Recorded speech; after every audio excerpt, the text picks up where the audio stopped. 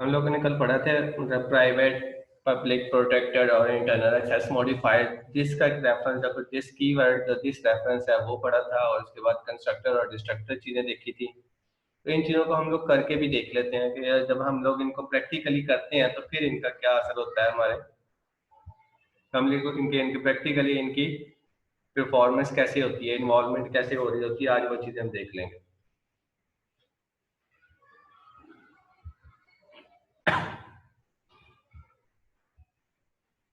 तो उसके अंदर आप लोगों ने कल देखा था कि मैंने दो क्लासेस बनाई हुई थी।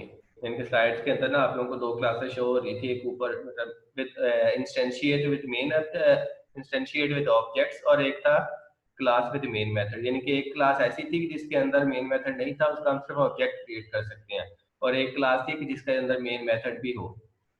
तो इसलिए आप लोग इसी तरह एक ही फाइल के अंदर एक से ज्यादा क्लासेस क्रिएट कर सकते हैं हम लोग। जैसे कि ये एक क्लास की जिसके अंदर मेन मेथड होता है, ये तो आप लोगों के सामने बाय डिफॉल्ट जो आप लोगों को नजर आ रही है, ये बाय डिफॉल्ट क्रिएट होके आ जाती है जब भी हम एक एक फाइल क्रिएट करते हैं। तो उसके अंदर कुछ लाइब्रेरीज और एक file with main method automatically create होके आ जाती है जब हम एप्लीकेशन को स्टार्ट करते हैं। क्यों? क्योंकि हमें एक एक फाइल ऐसी, एक क्लास फाइल ऐसी चाहिए होती है जिसके अंदर मेन मेथड हो, जहां से हमारे प्रोग्राम का स्टार्ट होना होता है। इसके अलावा जो बाकी क्लासेस होती हैं वो इस तरह इसके ऊपर टॉप पे हम लोग बनाते रहते हैं। तो मुझे एक और क्लास भी चाहिए अपनी वो बाकी की चीज़ों को परफॉर्म करने के लिए, तो इससे ऊपर मैं एक अपनी क्लास और बना लूंगा। तो क्लास बनाने का सिंपल तरीकाकार था, मतलब जो पहला एक एक्सेस मॉडिफायर होता है, पहली चीज इसमें वो हमारे पास ऑप्शनल होती है, हम लगाएं चाहे ना लगाएं। दूसरी चीज हमारे पास होती है क्लास का कीवर्ड, वो हमें यूज करना पड़ता है। तो जब आप इस तरह लिखने लगते हैं ना, तो साथ आप एक या दो डिजिट लिखते हैं किसी भी कीवर्ड के, तो ऑटोमेटिकली उसका वो हिंट नीचे आ जाता है। जब हिंट आता है तो उसको सिलेक्ट करके टैब का बटन दबा के आप उसी को सिलेक्ट कर लो। यानी कि उसको सिलेक्ट करके टैब का बटन दबाओगे तो ऑटोमेटिकली वो आ जाएगा आप लोगों के सामने। तो ये इसलिए ये तरीकाकार अगर आप लोग यूज करोगे ना, तो एक तो आप लोगों की टाइपिंग स्पीड ठीक यानी फास्ट हो जाती है कि वर्ड ऑटोमेटिकली जल्दी जल्दी लिखे जा रहे होते हैं। दूसरा ये फायदा होता है कि क्योंकि ये केस सेंसिटिव है, तो आपने जो चीज़ अपर में लिखनी है वो अपर में ही लिखनी है, और जो लोअर केस में लिखनी है वो लोअर केस में ही लिखनी है। तो हमारे फिर उस तरह के एरर्स नहीं रहते प्रोग्राम के अंदर।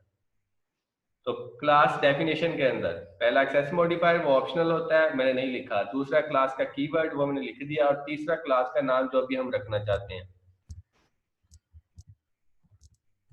तो एम्प्लॉय नाम से एक क्लास बना लेते हैं।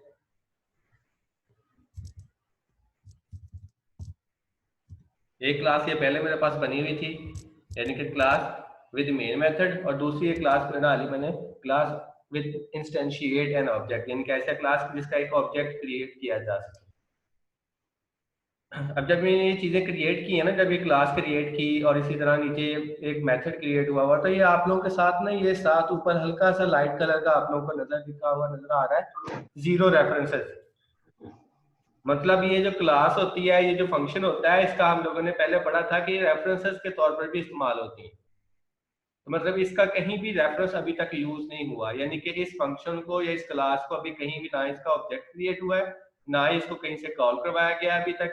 मतलब ऑटोमेटिकली उसकी काउंटिंग करता रहता है जैसे जैसे हम उसको इसको कहीं ना कहीं यूज करेंगे।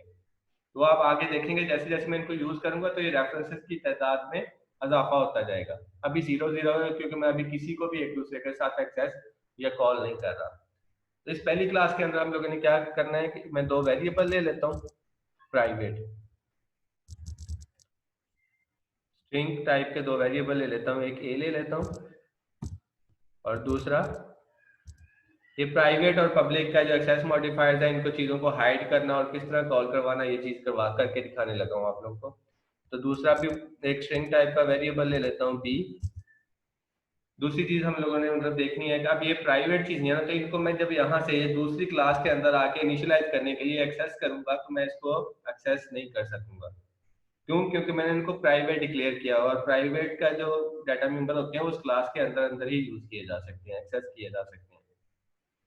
अब यहाँ पे इसको एक्सेस करने का क्या तरीकाकार होता है कि जब हम किसी एक क्लास की चीज को जब किसी दूसरी क्लास में जाके यूज करते हैं, तो हमें उसी क्लास का ऑब्जेक्ट एक चाहिए होता है जिस क्लास की चीजों को हम लोगों ने यहाँ पे यूज करना है। तो पहले फिर मुझे एम्प्लॉय वाली क्लास का एक ऑब्जेक्ट क्रिएट करना पड़ेगा। ऑब्जेक्ट के लिए हम लोग मैंने बताया था कि EMPLOY, इनके उसी क्लास का नाम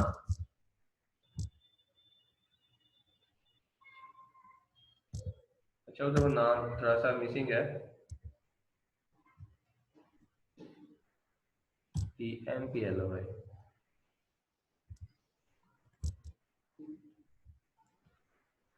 अब जब आप लोग ये टाइपिंग कर रहे होते हैं तो जो आप लोग के नेम्स होते हैं ना, variable name, class name, function name, जो आप लोगों ने एक बार क्रिएट कर लिया तो वो भी यहाँ पे आ जाते होते हैं इसी लिस्ट के अंदर ऑटोमेटिकली, तो आप उनको भी सिलेक्ट कर सकते हैं। तो EMP के नाम से मैं एक ऑब्जेक्ट क्रिएट किया है इसका। अब जब मैंने दूसरी बात की थी कि जब भी हम लोगों ने ये इंस्टेंस क्रिएट करनी होती है, इनके उस क्लास का ऑब्जेक्ट क्रिएट करना है, तो मुझे उस क्लास का कंस्ट्रक्टर कॉल करवाना पड़ता है। तो मैं उस क्लास का कंस्ट्रक्टर कॉल करवा लूंगा। अभी मैंने कंस्ट्रक्टर बनाया नहीं था एम्प्लॉय वाली क्लास का, लेकिन कल जो हमारी बात हुई थी लास्ट टाइम वो यही हुई थी कि जब अगर हम कंस्ट्रक्टर नहीं बनाते तो कंस्ट्रक्टर ऑटोमेटिकली क्रिएट हो जाता होता है, इसका बाय डिफॉल्ट एक पब्लिक कंस्ट्रक्टर क्रिएट हो जाता होता है।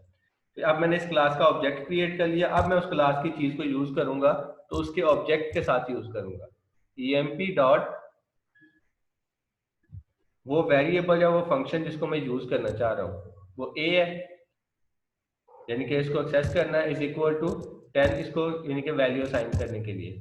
अब चूंकि स्ट्रिंग टाइप है तो स्ट्रिंग टाइप की जो वैल्यूज होती हैं वो हम डबल कोटेशन में राइट अप करते हैं।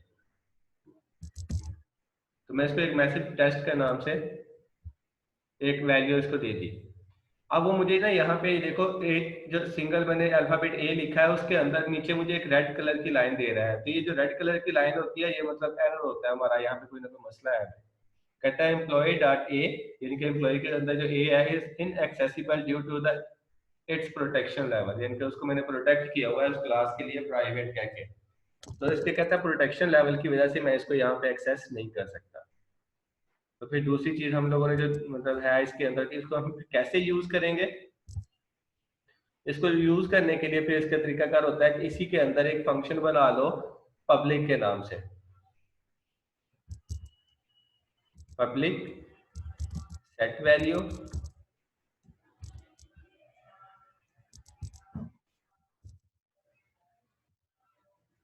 अब इसको वैल्यू सेट करने के लिए मैंने ये फंक्शन बनाया ना, अब मैंने देखो ये फंक्शन बनाया तो मुझे कह रहा है कि valid method must have return types, कहता है इसको कोई ना कोई रिटर्न टाइप भी दो अगर इसने वैल्यू रिटर्न करनी है तो। अभी फिलहाल मैंने रिटर्न टाइप नहीं कोई भी दी हुई तो मैं इसको वॉइड कह देता हूँ, यानी कि जब कोई फंक्शन वैल्यू रिटर्न ना कर रहा हो तो हम उसे वॉइड लिख देते हैं। ठीक है, और एक फंक्शन मैं और इसके साथ बना लेता हूँ गेट वैल्यू का।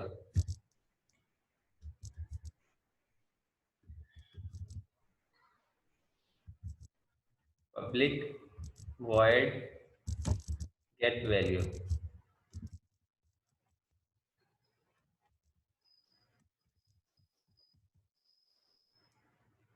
अब ये गेट वैल्यू वाले फंक्शन को मैं यहाँ से कॉल करूंगा वैल्यू लेने के लिए उस वेरिएबल की, सेट वैल्यू वाले मैंने फंक्शन बना लिया उस वेरिएबल को कोई वैल्यू असाइन करनी हो तो। ठीक है, एक को मैं यहाँ से कॉल करवा लूंगा, दूसरे को मैं वैल्यू सेट करने के लिए यूज कर लूंगा। तो ये तो दो चीजें मतलब हो गई पब्लिक प्राइवेट। इसके साथ ही हम लोगों ने जो दूसरी दिस कीवर्ड रेफरेंस वाली बात की थी वो भी मैं साथ ही आप लोगों को करके दिखा देता हूँ। अब मैं इसको वैल्यू को इनिशियलाइज करूंगा यहाँ पे, यानी कि a is equal to test. अब ये मुझे सेट वैल्यू करने के लिए यूज कर रहा हूँ तो इसकी मुझे रिटर्न टाइप भी देनी पड़ेगी क्योंकि ये वैल्यू सेट करके मैंने इसको रिटर्न भी तो करना है ना कहीं ना कहीं।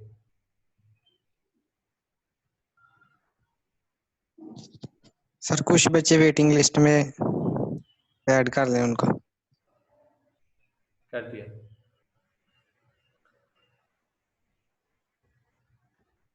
तो मतलब सेट वैल्यू के लिए मैंने उसको वैल्यू को सेट करने के लिए यूज कर लिया, और गेट वैल्यू के अंदर यहाँ पे मैं इसको वैल्यू को रिटर्न करवा लूंगा, ए की को प्रिंट करवाऊंगा जाके अपने मेन मेथड के अंदर, यानी कि जो भी ए की वैल्यू होगी मैं उसको रिटर्न करवाने के लिए यहाँ पे इसको यूज कर लूंगा।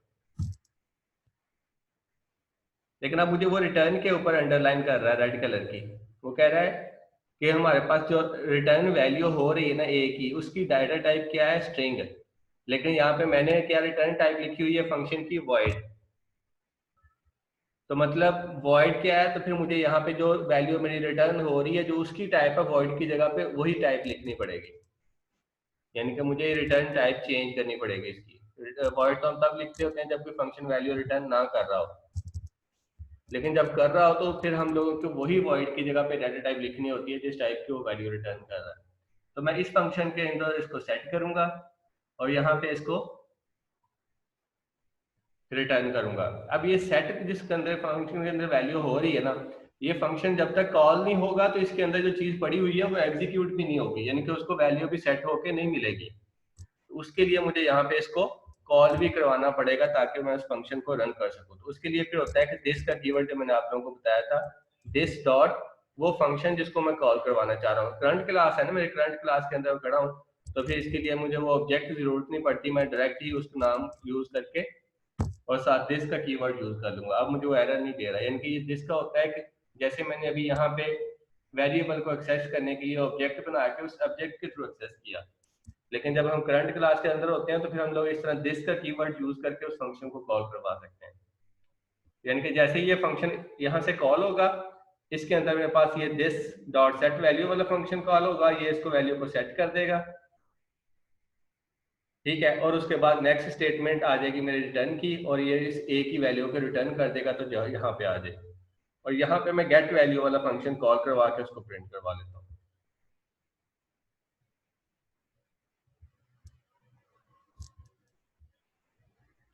तो यहाँ पे आप दूसरी क्लास में मैं आप आ गया हूँ, तो पहली क्लास की चीज़ों को जब मैंने कॉल करवाना है तो मुझे वो इसका ऑब्जेक्ट चाहिए होगा जो कि मैंने अभी बना के रखा हुआ है, emp डॉट गेट वैल्यू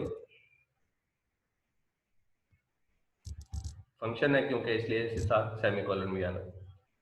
अब यहाँ पे आ गई चीज़, अब इसको मैं प्रिंट करवाऊंगा तो ही मुझे पता चलेगा कि वाकई यहाँ पे कोई चीज़ आई भी है कि नहीं है, इसलिए मुझे यहाँ पे इसको कंसोल के अंदर लिखना पड़ेगा। तो मैं इसको कंसोल के अंदर राइट कर लेता हूँ, डायरेक्ट ही बजाय इसके को मैं किसी और वेरिएबल के अंदर इसको असाइन करूँ और फिर उसको प्रिंट करवाऊँ। हम लोग इस तरह किसी कंसोल राइट लाइन के अंदर डायरेक्ट भी किसी फंक्शन को कॉल करवा सकते हैं, तो वैल्यू आएगी और डायरेक्ट ही प्रिंट हो जाएगी।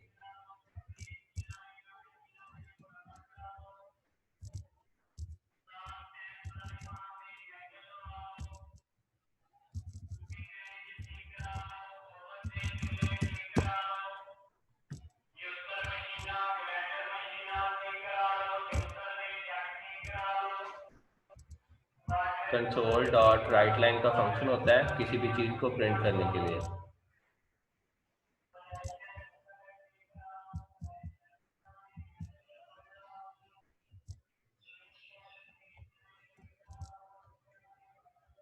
तो जो भी वैल्यू होगी वो डायरेक्ट यहाँ पे आएगी और प्रिंट हो जाएगी। अब मुझे आप लोगों के सामने आप लोगों को ना किसी भी लाइन के नीचे कोई एरर नजर नहीं आ रहा, कोई कोड नजर नहीं आ रहा, तो यहाँ पे मेरे पास तीनों चीजें परफॉर्म हो चुकी हुई हैं।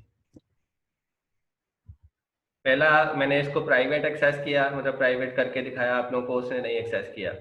दूसरा फिर मैंने क्या किया, फिर इनके लिए अलग से पब्लिक फंक्शन बना लिए, और उस पब्लिक फंक्शन को मैं जब कॉल करूंगा तो ये वैल्यू मुझे उसकी मिल जाएगी। और तीसरा मैंने इसको वैल्यू को सेट करने के लिए एक और फंक्शन बना के उसको दिस के थ्रू यूज करके भी बता दिया। तो पब्लिक प्राइवेट पब्लिक और दिस का रेफरेंस तीनों चीजें अब इसमें इस्तेमाल हो रही हैं। और जब किसी दूसरी क्लास की चीज को हम लोगों ने कॉल करवाना होता है तो किसी ऑब्जेक्ट बना के फिर हम लोग उसको कॉल करवाते होते हैं, ये वो भी चीज हो रही है, क्योंकि डायरेक्ट मैं कॉल करने की कोशिश करूंगा तो नहीं होगा दूसरी क्लास में से। अब मैं इस प्रोग्राम को रन करके दिखा देता हूँ, अब मतलब मैं ये जस्ट एक लाइन प्रिंट हो रही है ये वाली। अब यहाँ पे एक चीज मिस है अभी, तो एट द एंड पे जो हम लोगों ने कंसोल डॉट रीड की लिखना होता है ताकि मैं वो ब्लैक स्क्रीन रुकी रहे आप लोगों के सामने अपनी आउटपुट को डिस्प्ले करवाने के लिए। तो जब तक मैं कोई की प्रेस नहीं करूंगा वो मेरी ब्लैक स्क्रीन सामने रुकी रहेगी, तो ये एंड द एंड पे लिखनी होती है। तब मैंने सिर्फ ये एक स्टेटमेंट प्रिंट करवाई है कंसोल डॉट राइट लाइन यहाँ पे मेन फंक्शन के अंदर आके, तो मेरा आंसर भी तो एक ही स्टेटमेंट होना चाहिए, बस यही सिर्फ सिर्फ मेरे पास टेस्ट लिखा हुआ आना चाहिए। क्योंकि बाकी चीजें तो ऐसे एक दूसरे को कॉल करवा के मतलब एक हायरार्की बना रहा हूँ कि किस तरह हमारी चीजें एक दूसरे के अंदर से कॉल करवा के हम लोग उनको यूज कर सकते हैं। तो अब मैं इसको रन करके दिखा देता हूँ।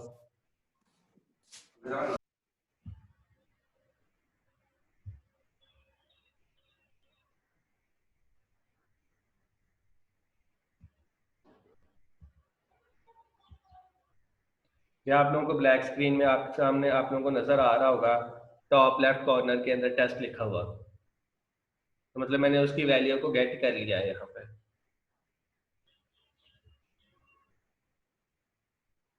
ठीक है, अब मैं दोबारा अपने कोड के अंदर आ जाता हूँ। तो ये तो थी चीज़ें मतलब जो हमारे पास होती हैं दिस का रेफरेंस यूज़ करते हुए, पब्लिक प्राइवेट यूज़ करते हुए। अब आ जाते हैं नेक्स्ट चीज़ पे कि कंस्ट्रक्टर और जो डिस्ट्रक्टर्स होते हैं। अभी तो हम लोगों ने जो बाय डिफॉल्ट कंस्ट्रक्टर बना हुआ था हम लोगों ने उसी को यूज़ कर लिया, लेकिन अगर हम लोग इसके अंदर मजीद कोई और अपना मर्जी से कंस्ट्रक्टर बना के भी यूज़ करना चाहें तो कर सकते हैं। तो मैं यहाँ पे ऊपर एक कंस्ट्रक्टर भी बना लेता हूँ।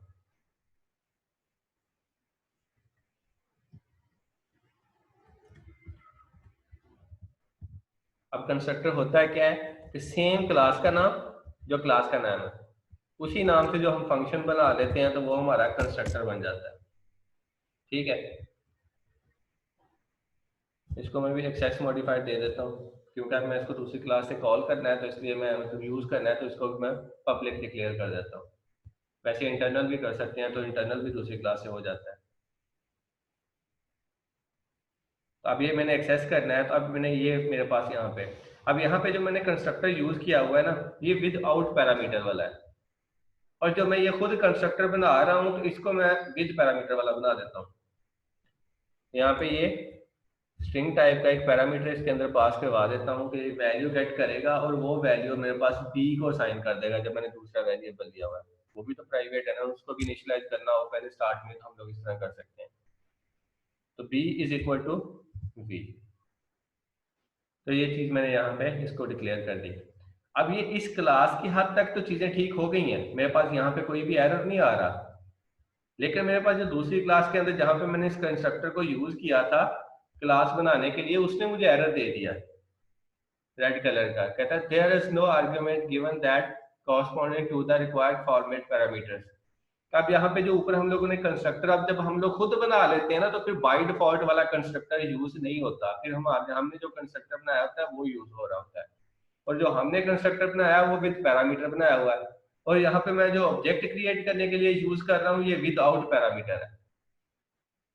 तो मुझे फिर इसके अंदर भी कोई ना कोई वैल्यू या कोई एज ए रेफरेंस के तौर पर उसको पास करनी पड़ेगी तभी ये सक्सेसफुली एग्जीक्यूट होगा, क्योंकि जब हम अपना कंस्ट्रक्टर बना लेते हैं तो बाय डिफॉल्ट वाला रन नहीं होता, फिर हमारे वाला ही रन होता है वो जो हमने जैसा बनाया हुआ है वैसे ही हमें यहाँ पे लिखना पड़ता है। तो अब ये मैंने पैरामीटर वाला बनाया तो यहाँ से मुझे एक वैल्यू पास करनी पड़ेगी, तो यहाँ से मैं एक वैल्यू पास करवा देता हूँ इसको।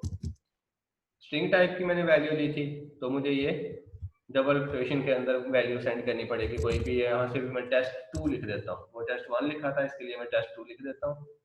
अब मैं जैसे ही इसका ये ऑब्जेक्ट क्रिएट करूंगा तो ये ऑटोमेटिकली वैल्यू लेके यहाँ पे ये कंस्ट्रक्टर कॉल हो जाएगा और बी के अंदर वैल्यू आ जाएगी वी वाली जो मैंने उधर से कॉल करवाई।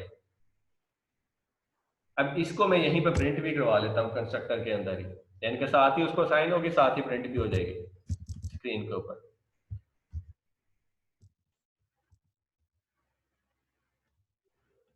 कंसोल डॉट राइट लाइन,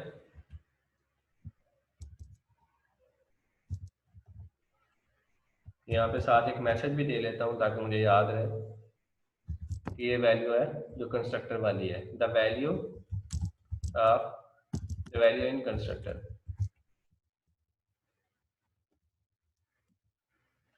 ये मेरे पास मैसेज हो जाएगा और इसके साथ वेरिएबल की वैल्यू को भी प्रिंट करवाना है तो उसके लिए हम लोग कैटिनेशन का सिंबल यूज करते होते हैं, प्लस बी की वैल्यू को प्रिंट करवाना तो ये बी वेरिएबल आ जाए।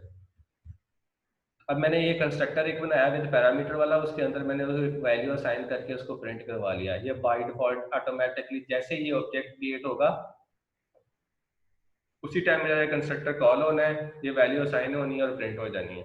अब मैं इसको जब प्रोग्राम को रन करूंगा तो अब मेरे पास दो आउटपुट आनी चाहिए, एक ये वाली और एक जो पहले हुई हुई थी वो वाली। तो मैं इसको रन करके दिखा देता हूँ।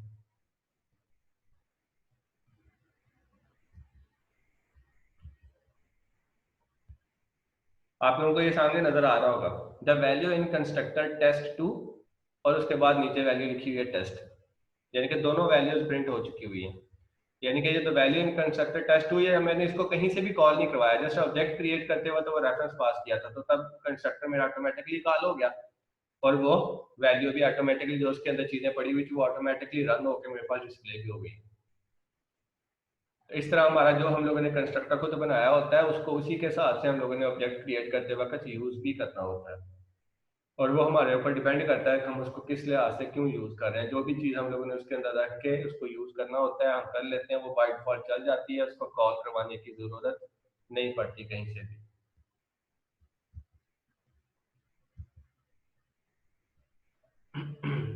ये तो हो गया एक कंस्ट्रक्टर सिंगल। उसके बाद आ जाती है बारी कंस्ट्रक्टर ओवरलोडिंग की, कि ये मैंने एक विद पैरामीटर वाला बनाया, अभी मैं एक और बना लेता हूँ विद आउट पैरामीटर वाला, कि ताकि जो मेरे पास पहली चीजें मतलब जैसे चल रही थी वो वैसे की वैसी चलती रहे। तो कंस्ट्रक्टर बनाना है, नाम वही रहेगा जो हमारे पास क्लास का नाम था, लेकिन उसके अंदर जस्ट पैरामीटर चेंज हो जाएंगे। वो विद पैरामीटर वाला है, ये विद आउट पैरामीटर वाला है। एक्सेस मॉडिफायर दे देता हूँ क्योंकि इसको हम लोगों ने यूज करना है बाहर से, वो मैंने पब्लिक असाइन कर दिया। अब मैं इसके अंदर आके, ये मेरे पास एक विद पैरामीटर वाला भी है और एक विद आउट पैरामीटर वाला भी है। तो अब मैं यहाँ पे एक इसका दो कंस्ट्रक्टर बन के ना, तो मैं अपने दो ऑब्जेक्ट क्रिएट कर सकता, मतलब दोनों कंस्ट्रक्टर के लिए ऐसे अलग-अलग ऑब्जेक्ट क्रिएट कर सकता हूँ। यानी कि अब मैं विदाउट पैरामीटर वाला कंस्ट्रक्टर यूज करते हुए भी ऑब्जेक्ट क्रिएट कर सकता हूँ, विदाउट पैरामीटर वाला कंस्ट्रक्टर यूज करते हुए भी ऑब्जेक्ट क्रिएट कर सकता हूँ, क्योंकि मेरे पास दोनों ही फंक्शन आ गए। कंस्ट्रक्टर ओवरलोडिंग होगी ना, फिर दोनों ही कंस्ट्रक्टर आ गए तो दोनों में यूज कर सकता हूँ। तो यहाँ पे मैं एक और क्लास का नाम, ऑब्जेक्ट का नाम, इसका नाम रख लेता हूँ emp2, और न्यू का रेफरेंस कीवर्ड ऑपरेटर, और उसके बाद मेरा कंस्ट्रक्टर। अब मैं रखूंगा ये विथ आउट पैरामीटर वाला। अब उसने मुझे दोनों में एरर नहीं दिया, यानी कि ये भी ऑब्जेक्ट सक्सेसफुली क्रिएट हो जाएगा और ये भी सक्सेसफुली क्रिएट हो जाएगा। अब मैं इसके अंदर जो चीजें पड़ी हुई हैं इसको ना emp2 के थ्रू यूज कर लेता हूँ। अब दोनों जो ऑब्जेक्ट यूज हुए हुए हैं वो सेम क्लास के बने हुए हैं, एक ही क्लास के, तो मतलब दोनों में से मैं किसी भी ऑब्जेक्ट को यूज करते हुए उन चीजों को कॉल करवा सकता हूँ। पहले मैं वो जो विद पैरामीटर वाला बनाया है ना, वो तो मैंने जस्ट आप लोगों को कंस्ट्रक्टर रन करके दिखाने के लिए बनाया ना, इसलिए मैं उसको ऑब्जेक्ट को यूज नहीं करता। जो मैंने विदाउट पैरामीटर वाला बनाया वो मैंने अपने कामों के लिए बनाया, तो उसको मैं आगे यूज कर लेता हूँ emp2 को। तो अब अभी भी मैं इसको रन करूंगा तो मेरा आंसर सेम ही आएगा, कि ये जस्ट मैंने अपने बाकी काम परफॉर्म करने के लिए एक कंस्ट्रक्टर अलग बना लिया emp2 के नाम से, और जो जो विद पैरामीटर वाला था वो मैंने उसको अलग कर लिया। यानी कि इस तरह आप अलग अलग ऑब्जेक्ट क्रिएट करके अलग अलग अपने काम को मैनेज भी कर सकते हैं। तो अब भी मैं इसको अगर रन करूंगा तो मेरे पास इसका आंसर सेम ही आएगा, क्योंकि दोनों कंस्ट्रक्टर सेम क्लास के हैं तो सेम चीजें वही कॉल हो रही हैं।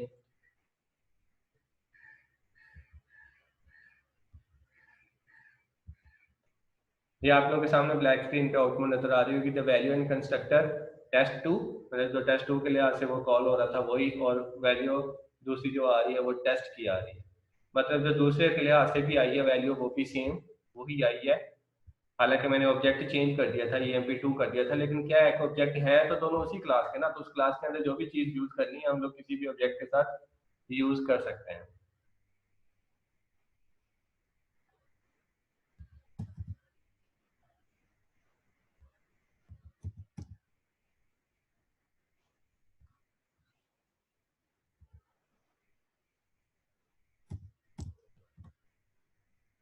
उसके बाद बारी आ जाती है, मतलब दो कंस्ट्रक्टर मैंने क्रिएट कर, दो ऑब्जेक्ट मैंने क्रिएट कर लिए, दोनों कंस्ट्रक्टर के लिए से अलग अलग वो चीजें हो गई। अब मैं एक वेरिएबल ले लेता हूँ उस क्लास के अंदर जिसका मैंने ऑब्जेक्ट क्रिएट किया हुआ पब्लिक नाम से, ताकि मैं उसको बाहर से यूज कर सकूं। तो बाहर से यूज करवाने के लिए पब्लिक इंटीजर टाइप का एक वेरिएबल ले लेता हूँ।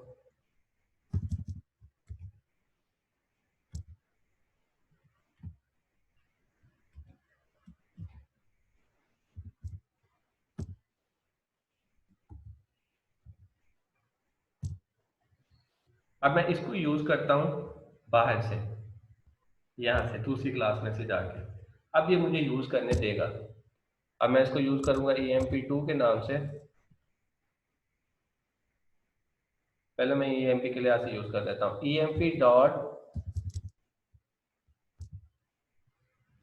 यानी कि एम डॉट, वो सी वाला जो मेरे पास वेरिएबल है वो इज इक्वल टू 10, और emp2 यानी कि दूसरे वाला जो ऑब्जेक्ट था वो dot C is equal to 12।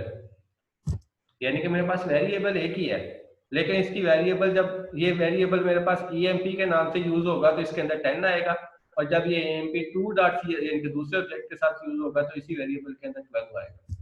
तो मैं इन दोनों को प्रिंट भी करवा के दिखा देता हूँ कि दोनों की वैल्यू कैसे अलग-अलग प्रिंट होगी। वेरिएबल एक ही है, लेकिन मैं उसको वैल्यूज असाइन कर रहा हूँ डिफरेंट ऑब्जेक्ट के लिए आसे, तो इसकी ये स्टेट्स डिफरेंट बन जाएंगी। यानी कि एक ही वेरिएबल को दो वैल्यूज उसकी स्टेट के लिए आसे चेंज हो जाएंगी, क्योंकि उसकी स्टेट चेंज होगी ना। पहला पहले ऑब्जेक्ट के थ्रू है, दूसरा दूसरे ऑब्जेक्ट के थ्रू है, तो इसकी स्टेट चेंज होने की वजह से वो उसकी वैल्यू भी चेंज ही होगी, मतलब सेम नहीं आएगी। कंसोल डॉट राइट लाइन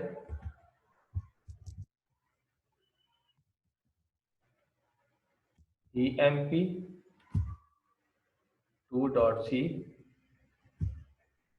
और emp डॉट सी।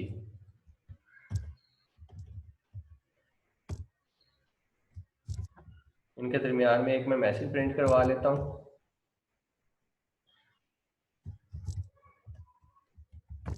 एंड का, ताकि दोनों वैल्यू को अलग अलग कर दें। इनके 12 एंड 10 अलग अलग वैल्यूज आ जाएंगी दोनों की।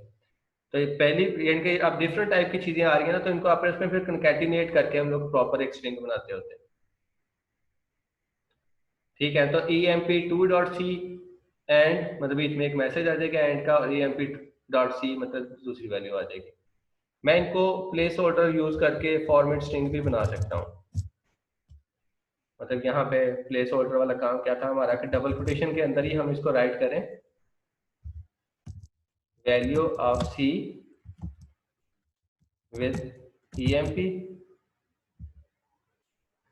यहाँ पे प्लेस होल्डर आ जाएगा पहले वाला, यानी कि जो मैं emp के साथ पहले लिखूंगा उसका c 0, उसके बाद and value of c with emp2 यानी कि दूसरे ऑब्जेक्ट के थ्रू। आगे प्लेस होल्डर आ जाएगा दूसरे का 0 और 1। अब यहाँ पे मैं इसको कॉमा सेपरेटेड के साथ वो ऑब्जेक्ट्स लिख दूंगा, emp dot C comma emp2 dot C. अब मैं इसको प्रिंट करवाता हूँ। एक तो ये मेरा, ये दो पहले जो बाय डिफॉल्ट मैसेज आ रहे थे वो तो आने ही आने हैं, लेकिन अब साथ मैंने इसको दोनों को अलग अलग एक्सेस करके दिखाया है कि अगर हमारे पास इस तरह एक से ज्यादा ऑब्जेक्ट्स क्रिएट किए हुए हैं, बेशक वो सिंगल एक ही कंस्ट्रक्टर को यूज करके किए हुए हो, तो हम लोग उस क्लास के अंदर किसी एक वेरिएबल को उसके स्टेट डिफरेंट करके डिफरेंट वैल्यूज दे सकते हैं। एक ही वेरिएबल को दो वैल्यू के लिए या चार वैल्यू के लिए हम लोग यूज कर सकते हैं। तो मैं इसको भी रन करके दिखा देता हूँ आप लोगों को।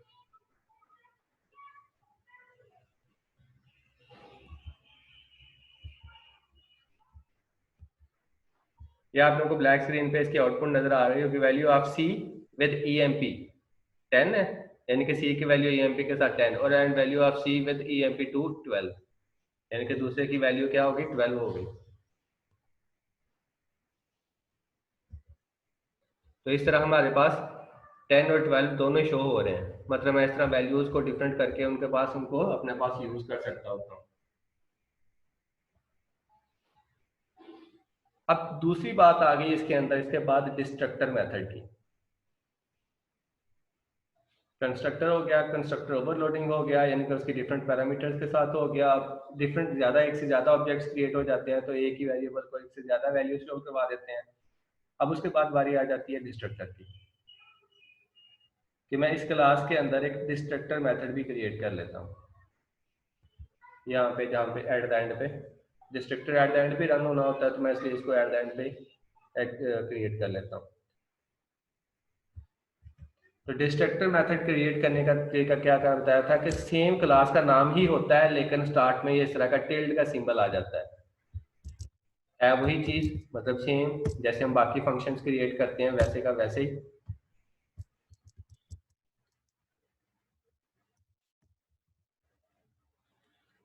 इसके अंदर मैं एक मैसेज प्रिंट करवा लेता हूँ ताकि मुझे पता चल जाए कि डिस्ट्रक्टर मेथड ही है कि डिस्ट्रक्टर मेथड कॉल हुआ है। Console dot write line semi colon और इसके अंदर डबल कोटेशन के अंदर एक मैसेज।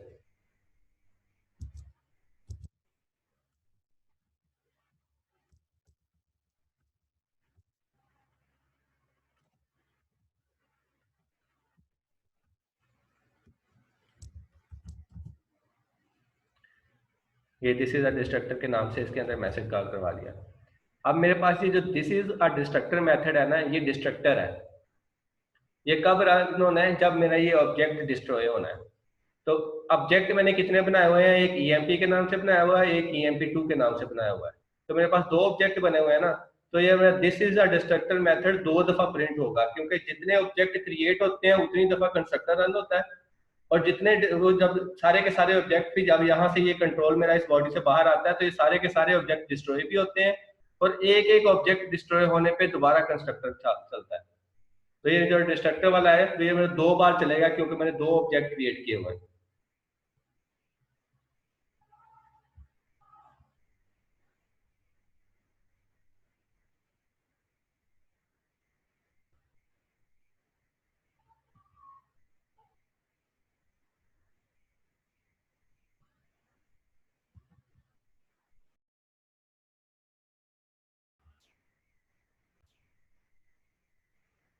मैंने ना ये कि डिस्ट्रक्टर मेथड बनाया, मैं इसको रन करने जा रहा हूँ, और ये एट द एंड पे मतलब ये दो मैसेज तो वो वही वाले वो प्रिंट होंगे, और साथ एक ये मैसेज आएगा, और साथ अब मेरे पास दो ऑब्जेक्ट बने हुए हैं, दो ही दफा ये डिस्ट्रक्टर मेथड कॉल होगा, क्योंकि जितने ऑब्जेक्ट बने होते हैं उतने ही ऑब्जेक्ट डिस्ट्रॉय भी होते हैं, और जब डिस्ट्रॉय होते हैं तो उसी उतनी ही टाइम डिस्ट्रक्टर मेथड भी चलता है।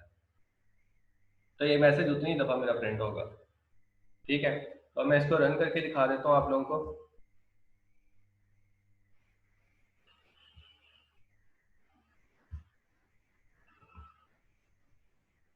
अब आप लोगों को ना ये ब्लैक स्क्रीन के अंदर आउटपुट नजर आ रही होगी।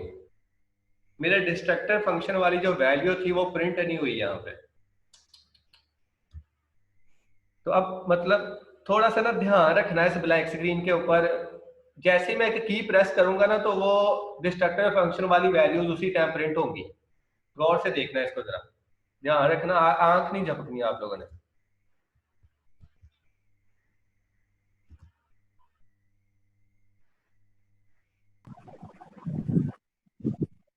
सर हमने झपकी नहीं, स्क्रीन बंद हो गई। कि जब मैंने इसको डिस्ट्रक्टर को कॉल किया ना, ये डिस्ट्रक्टर कब कॉल होना है? जब इसने इस बॉडी से बाहर निकलना है, मतलब हमारा कंट्रोल इस मेन फंक्शन वाली इस बॉडी से जब बाहर निकलेगा तब मेरे डिस्ट्रक्टर इनके ऑब्जेक्ट डिस्ट्रॉय होंगे और वो डिस्ट्रक्टर कॉल होगा, तो तभी मैसेज प्रिंट होना है ना। और ये जो कंसोल डॉट रीड की वाला फंक्शन लिखा हुआ है उस स्क्रीन को रुका रखने के लिए, वो मैंने मेन फंक्शन के अंदर लिखा हुआ है। तो ये जब तक मेरा कंट्रोल मेन फंक्शन में रहेगा तब तक तो स्क्रीन रुकी रहेगी। जब कंट्रोल इससे बाहर चला जाएगा तो रीड की फिर नहीं मिलेगी, और मेरा कंसोल वाली की जो कंसोल वाला जो स्क्रीन है वो फिर भाग जाएगी, वो तो फिर रुकेगी नहीं। तो उसका हल फिर क्या है कि मैं इस रीड की वाले को इसके अंदर ही यूज कर लेता हूँ डिस्ट्रक्टर मेथड पे, क्योंकि इसके अलावा तो मेरे पास कोई और जगह नहीं है जिस जहाँ पे मैं इसको लिख सकूँ, क्योंकि ये डिस्ट्रक्टर मेथड कॉल हो रहा है। क्योंकि इसके बाहर तो मैं इसको राइट अप नहीं कर सकता, जो अगर राइट करूंगा भी तो एरर आ जाएगा, ना ही इसने रन होना है। जो मेन मेथड के अंदर चीजें वही एग्जीक्यूट होनी है। तो मेरे पास उसके बाद फिर डिस्ट्रक्टर की बारी आती है, तो मैं अगर डिस्ट्रक्टर के अंदर लिख दूंगा वो रीड की वाला, तो फिर यहाँ पे वो काम कर सकता है कि मैसेज प्रिंट होगा, साथ ही वो उसको एक बार डिस्प्ले इनके एक बार रुका रखेगा, और फिर उसके बाद दूसरा मैसेज आएगा। यानी कि अब इस स्क्रीन को मैं रुका रखने के लिए इसके अंदर ये रीड की वाला फंक्शन यूज कर रहा हूँ। ठीक है, इनके मैसेज प्रिंट होगा लेकिन उसके बाद स्क्रीन मेरे पास वेट मतलब हो जाएगी, रुक जाएगी।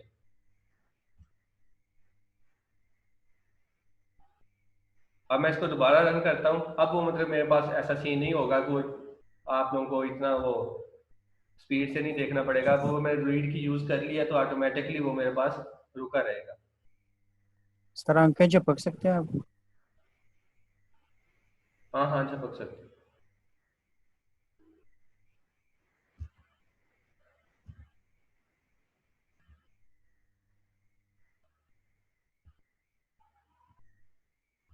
अब आप लोगों को ब्लैक स्क्रीन में आउटपुट नजर आएगी। अब मैं की दबाऊंगा ना तो कोई मसला नहीं, जैसे की दबाई हमारा कंट्रोल वो बाहर निकला और उसके बाद मेरा डिस्ट्रक्टर मेथड कॉल हुआ और उसने वो उसको मतलब मैसेज को प्रिंट किया और उसके बाद उसको फिर डिस्ट्रॉय किया।